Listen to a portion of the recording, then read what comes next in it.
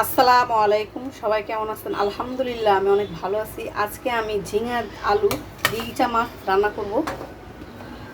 এখন আমি কড়াইতে তেল দিয়ে দিচ্ছি পরিমাণ মতো, পেঁয়াজ কুচি দিয়ে দিচ্ছি পরিমাণ মতো। পেঁয়াজটা আমি তেলে একটু ভাজা ভাজা করে নিব।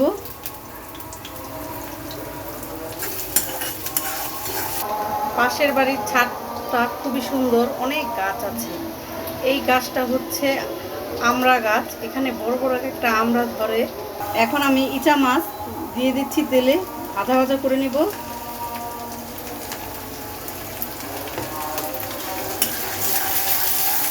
আদান দিচ্ছে, এর জন্য আমি একটু কথা কমে বলবো। ইচা মাছটা আমি একটু লাল করে ভেজে নিব। এখন আমি লবণ দিয়ে দিচ্ছি, কারণ লবণটা দিলে মাছটার ভিতরে যাবে আর একটু পেঁয়াজটা একটু ভাজা ভাজা হয়ে যাবে লবণের জন্য।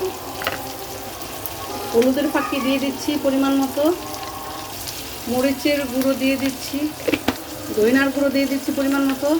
এখন আমি মশলাটা তেলের ভিতরে একটু ভাজা ভাজা করে নিব।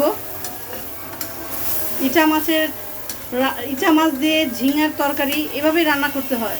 পানি দিয়ে দিচ্ছি পরিমাণ মতো অল্প একটু। এখন আমি ঝিঙাগুলো দিয়ে দিব কষানোর জন্য। আমি এখন কিছুক্ষণ নাড়াচাড়া দিয়ে নিব।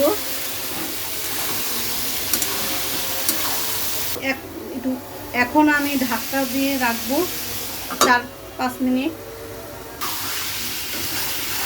এখন আমি ভালো করে কষিয়ে নিচ্ছি, পরিমাণ মতো পানি দিয়ে দিচ্ছি।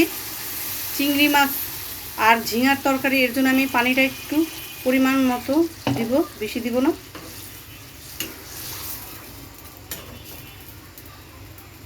এখন আমি ঢেকে রাখবো, কিছুক্ষণ পর নামিয়ে নেব। আমার ধুন্দল ঝিঙা আলু চিংড়ি মাছের তরকারি হয়ে গেছে, একটু পরে নামিয়ে নিব। এখন আমি নামিয়ে নিচ্ছি। আলহামদুলিল্লাহ, দেখুন কত সুন্দর হয়েছে, লোভনীয় হয়েছে। আল্লাহ হাফেজ।